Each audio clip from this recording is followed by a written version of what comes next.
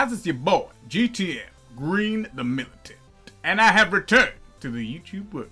So today we are going to be reviewing the movie Mortal Kombat 2021. So I was looking forward to this movie for a number of reasons. I mean, Mortal Kombat is a very treasured video game franchise of mine. I remember being a kid playing on my Sega Mega Drive, doing the fatalities, doing the, test your might, fighting. Mortal Kombat was one of those breakout games because it was the first, I think it was one of the first games to use like proper gore and violence. Like you'd rip people's heads off, you'd rip people's arms off, like fatality. That was Mortal Kombat. Another reason I was looking forward to this is because I love when they try and make video game franchises into like movies. It's kind of like the same what's going on right now with The Last of Us. They're trying to turn it into like a Netflix series. So I'm looking forward to that, see how it goes. But yeah, it is a very difficult thing to accomplish. And the previous Mortal Kombat movies they were alright. But like capturing the Mortal Kombat universe is quite a difficult task. This is going to be a spoiler review. So if you don't want spoilers, you better bounce. I mean, this movie's been out for a while now, so, What I really liked about this movie is they got some of the characters like spot on. Also, I like the fights. The fights were damn. Those fights were like good. Those were good fights. Those were good fights. Like you could see some of the video game moves. What I didn't like was the plot line. The plot line is where this movie fell down because I feel like a main character like Cole, hell to the no. The Cole train is not leaving this station. So let's recap the story. So we start off in 17th century Japan, where Bi-Han leads the Lin Kuei to fight the Shirai Ryu ninja clan, who was led by Hanzo Hasashi. So the Lin Kuei kill his wife and his son in the attack, and Hanzo kills the attackers gangster style, but then he gets killed by Bi-Han. Hanzo then has his soul committed to the Netherrealm. But Raiden arrives and saves his daughter, who was hidden under the floorboards by the mother. Quick thinking. Then we arrive at present day. I mean, this was shown by a black screen, but that was pretty weak. But it says the Outworld has defeated Earthrealm in 9 out of 10 tournaments. The tournaments obviously known as Mortal Kombat. And if Earthrealm loses one more, Outworld will invade their asses. So then Shang Tsung appears and he sends his warriors to kill the Earthrealm champions. And the champions are identified by dragon birthmarks. That's right. It's really that stupid. So then we're introduced to former MMA fighter Cole Young. Not much of a fighter because he always loses, but Cole is then attacked by Bi-Han. Jax comes through and saves his asses. Well, him and his family's ass. And Jax says, "Found my partner, Sonya Blade." And then Jax's arms get deep frosted. So Cole goes through, he finds Sonya at her secret training camp, a secret hideout, where she's interrogating Kano. Sonya explains that her and Jax have been researching Mortal Kombat. Reptile then comes through and he gets his heart ripped out of his heart. Kano fatalities his ass. Then the group travels to Raiden's Sky Temple to meet the Earthrealm's current champions, so Liu Kang and Kung Lao.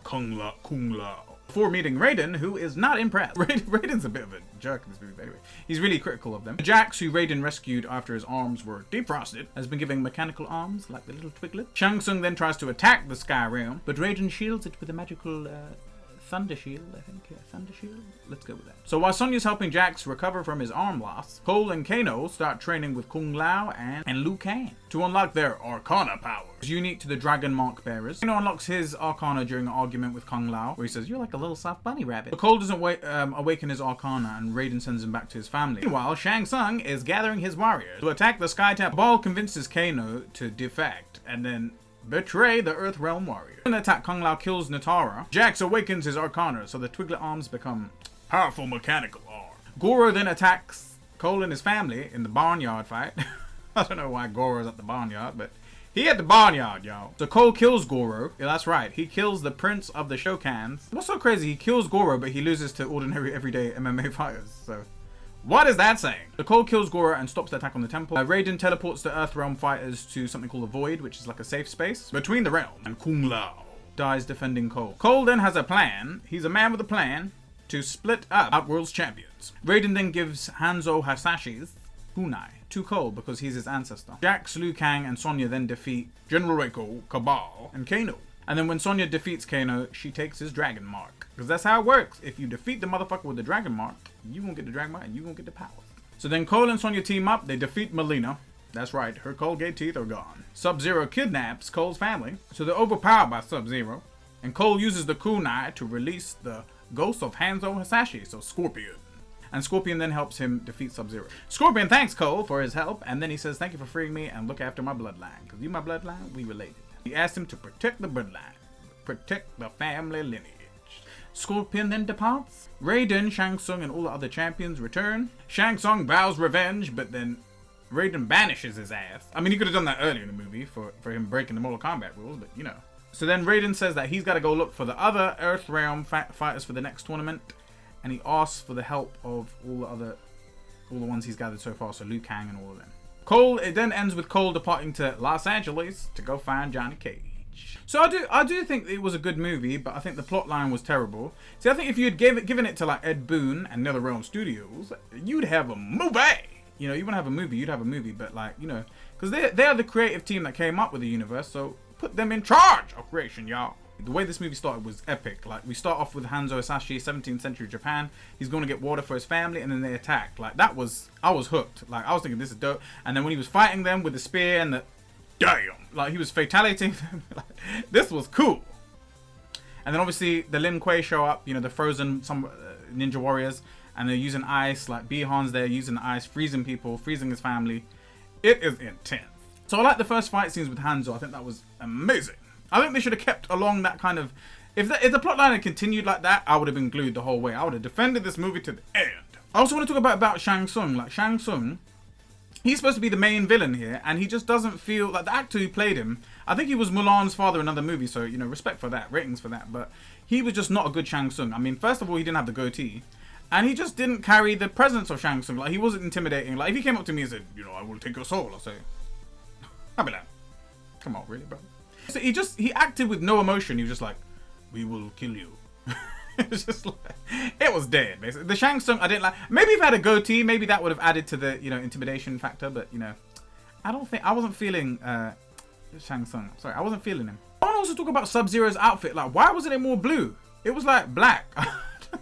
He was like black. He looked like Smoke or Noob or, you know, one of the ninjas who wears black. He didn't look like Sub-Zero, you know. It should have been more blue, the outfit. So I was just thinking, what? There's no hint of blue either. So I was like, where the hell's the blue at?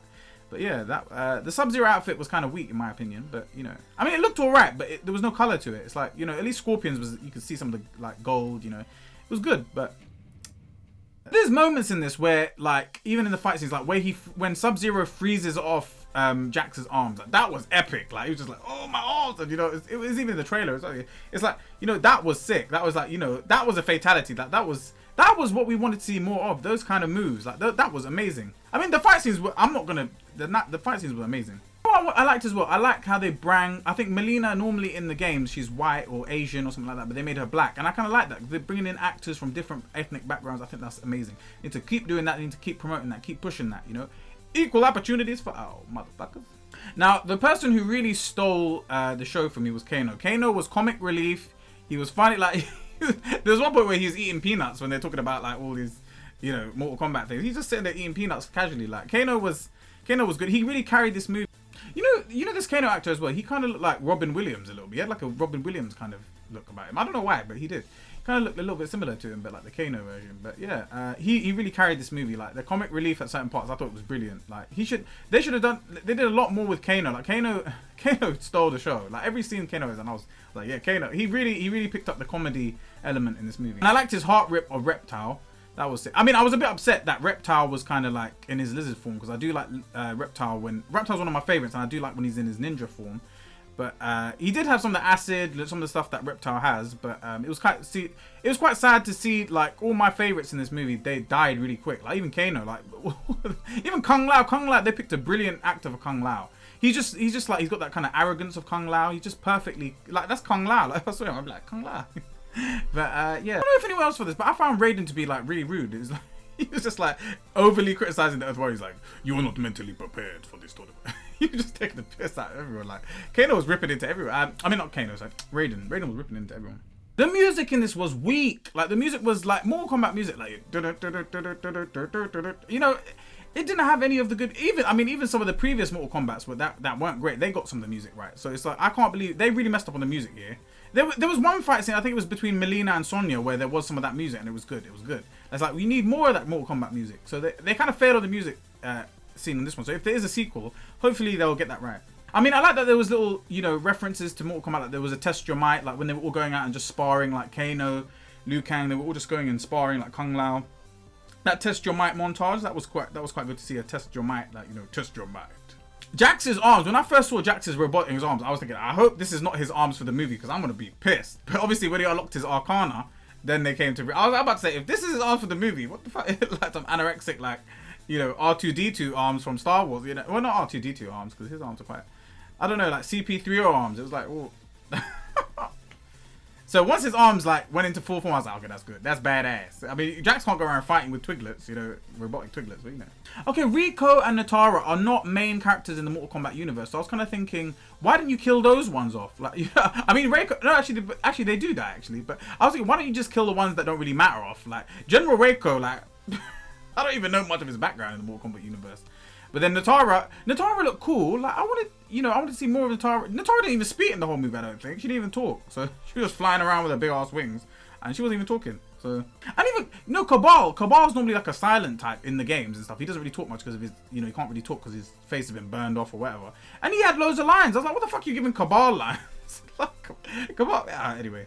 Yeah, but I'm not gonna lie, Cabal and Goro, they looked epic. Like even Natara looked good. They look good. They look good as characters. I don't know, like Liu Kang from the last Mortal Kombat movie, he was like, in my opinion, that was the Liu Kang. Like if I thought of Liu Kang being a person, that's the Liu Kang I think of. But this Liu Kang, I don't know, he was kind of like a watered down Liu Kang. He was a good Liu Kang, but he was like watered down. Like there was one part where he became like a heater. Like he's like, I'll warm you up, and it's like, oh, Liu Kang, a convenient heater when you need warming when you've been frozen to death. Scorpions get over here. It was so weak. It's like, get over here.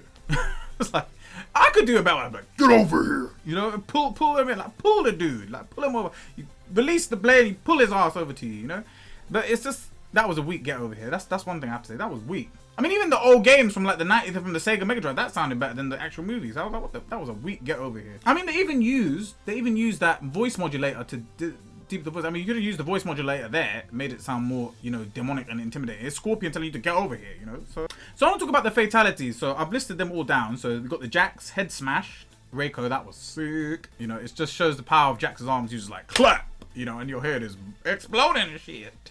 That was good. The Kano heart rip, that was great. He was like, yeah. Well, I don't know what he said again, but he held the heart. And he's like, yeah, you know, Kano played that really well. But that actor is good. Whoever's Kano, he's good. I'm kind of hoping that Kano didn't die, but obviously he had to die so he can transfer the Arcana to Sonya.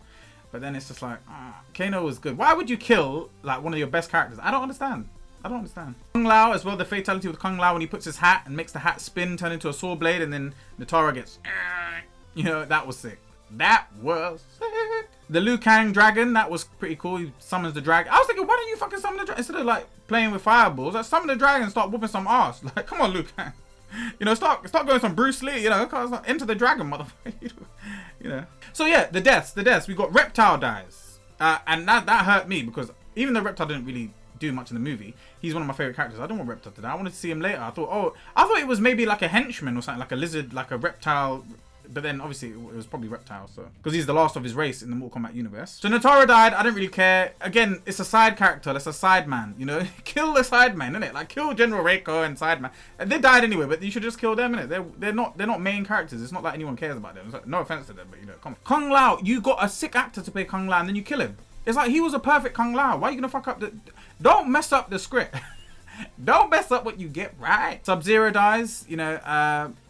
But again, that's another favorite character of mine. I love the power. If I could control ice, yeah, that's the power I would choose. If I could have a superpower, I'd choose to control ice. Kano dies. I was just thinking, damn, like Kano was giving me the comic relief. Now he's dead. Where's the comedy gonna go?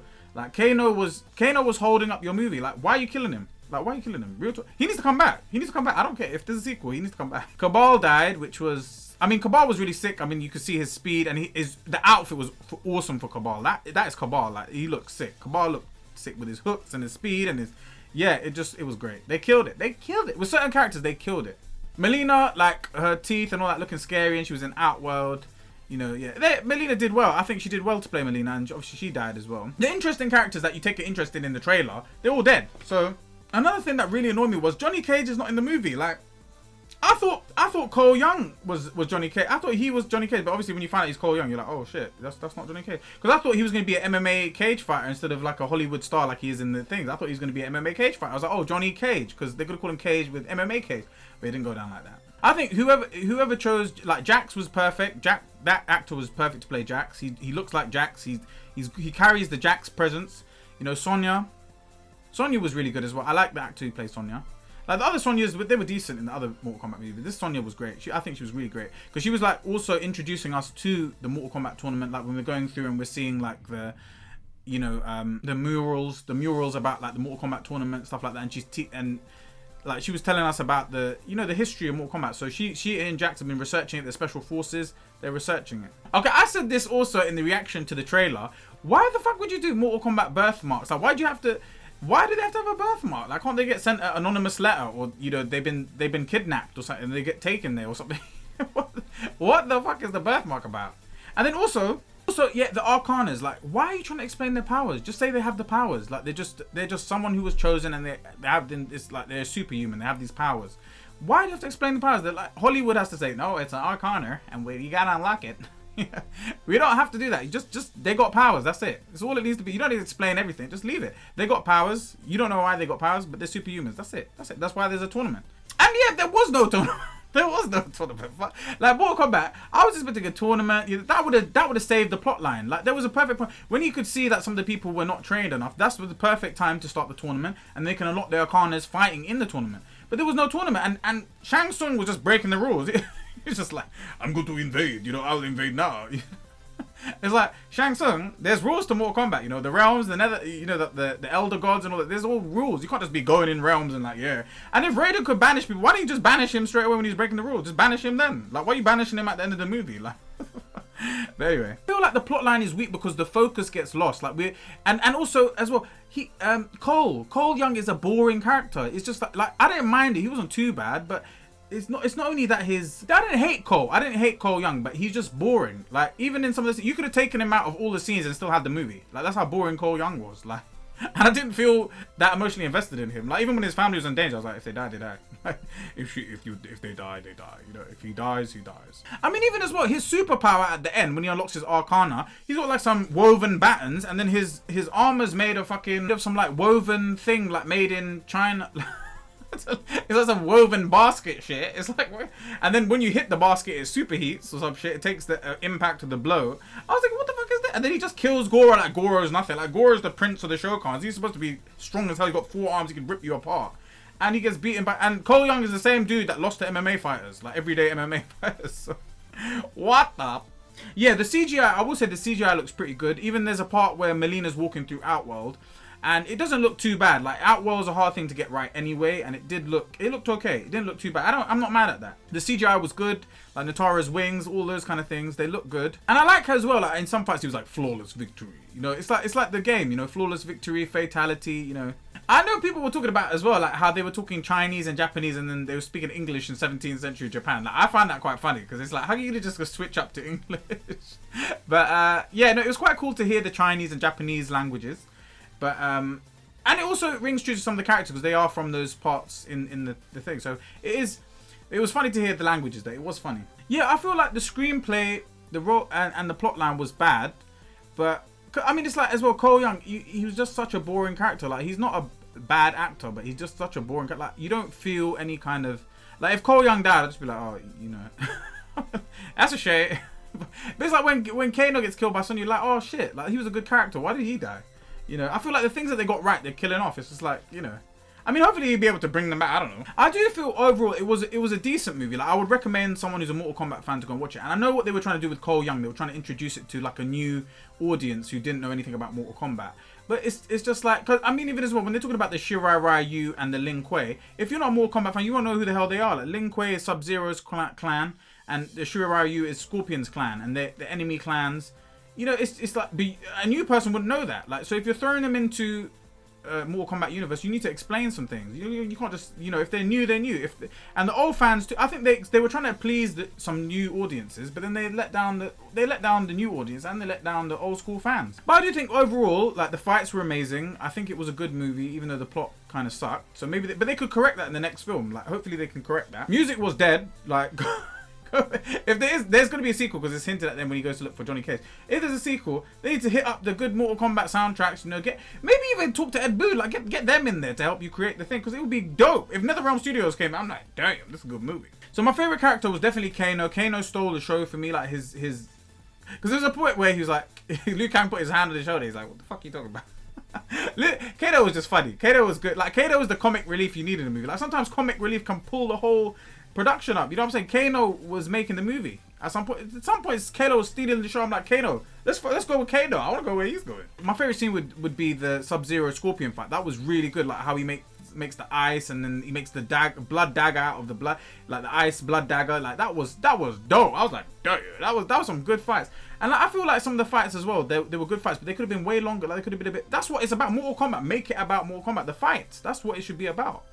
So they told the story like they were trying to introduce new people to the Mortal Kombat universe, and you could see that, you know, with Cole Young and certain things that they did. They were trying to explain about the tournament, but even as well when they first skipped to the like explaining about like NetherRealm, you could at least put like a comic strip. Do you know what I'm saying? Like they'd lost 9 tournaments, not just like a black screen with some writing on it. Like it's just dead. Like you could have been way more creative with that. Just put like a little comic strip or something. You know, just to like feed the audience some visuals.